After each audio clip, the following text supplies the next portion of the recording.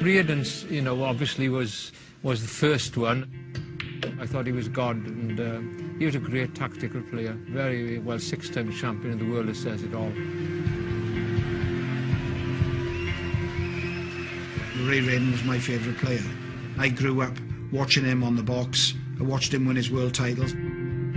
Even when he's losing matches, he sort of has this smile on his face, you know, this sort of supercilious look about him, you know, how dare you beat me, but well done, you know, you've beaten the great grandmaster that I am, kind of thing. He had that look about him, you know, he was a fantastic character. When you see somebody like Ray Reardon winning the World Championships, or Doug Mountjoy, Terry Griffiths, doing so well as professional players for such a long period of time, it keeps the interest going in that sport, in that particular country. It gives you someone to look up to, it gives you someone to idolise. These were the great days, you know, because snooker had characters on the television in those days. It made the game popular for millions, not just people in Wales either.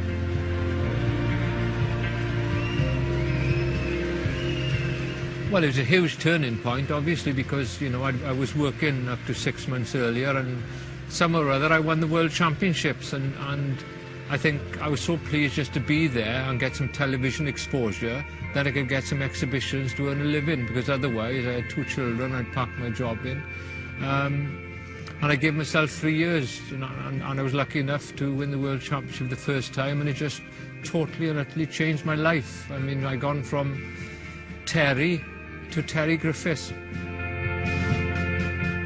I was very well known in my area because I was like, you know, a postman and a bus conductor, an insurance agent, so I was amongst the public, so everybody knew me, and in a way it was a little embarrassing for me, but I mean, when I look back now, it's a lovely memory and all that. I remember my mum and dad knocked on his door, you know, years ago, I think when I was 9 or 10, and just asked whether, you know, I could have a game with him, and, you know, he didn't have to say yes, and, you know, I think that's how, you know, obviously we first met, and, you know, he's been really good ever since.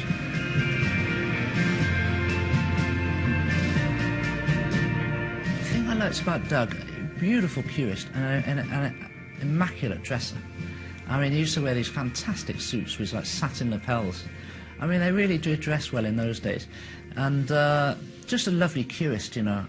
I mean, Ray was a fantastic player, but for me, one of the best cueists in the game was Doug, a beautiful, fluent cueist. I used to love watching Doug play.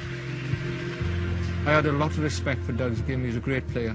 When he played against Henry, I thought, well, I had my doubts, because Henry was just, at that time, just awesome.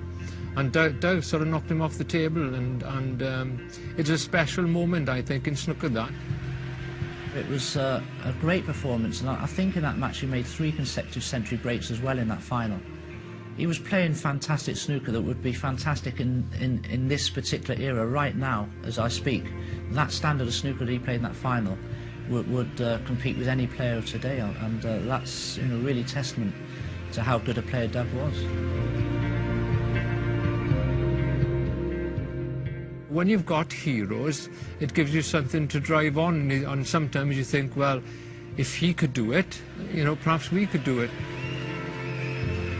You've then had Mark Williams come along, Dominic Dale, Matthew Stevens and Ryan Day. Matthew and Mark obviously went through a period where they were competing to win most events, and it's like anything else, you know, their form has dipped over the last couple of years, and all of a sudden, as we've seen now in this tournament, they've come back with a vengeance, and they've been playing brilliant snooker. You go through different periods. You go through a winning period and you go through a losing period. When you're going through a winning period, it doesn't seem to matter how bad you play, something seems to happen as long as you put the work in to allow you to win. And it's the same then when you're going through a losing period. No matter how well you seem to play, something happens for you to lose the match. I take my hat off to Mark, because a few years ago he was ranked, I think, about 40-something in the world, and he wanted to do something about it, and I think what he did, he decided to go down the club and do 8 or 10 hours a day.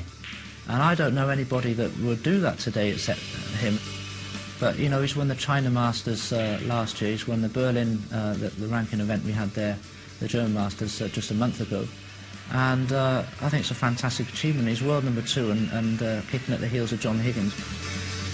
With Mark winning tournaments now, he's also a very natural player. he might bring along a lot of natural players who don't want to delve too much into the technical side and just want to play freely, as Mark appears to do, and try and match his success today. Mark's former number 1 twice, and he's back to number 2 again. You know, Matthew Stevens is a former number 8, the same as Ryan Daysby in the top 8. So, you know, I think for the new generation, Welsh snooker is very strong. You know, there's loads of junior tournaments that go on every year. They play about 16 to 20 events, and every year we throw new names into the hat that are coming along that you think he's going to be a good one for the future. For me, being a Welshman and owning the club, the better the Welsh players do, the busier the club is. I think the future is very strong for Welsh snooker in terms of people that we got coming through from the very young junior level through to the what they call the older junior level, which is 19 and 21s. I think it's the same as it's always been. There's players there that you think, well, he could be a good one in a few years, and we never seem short of those.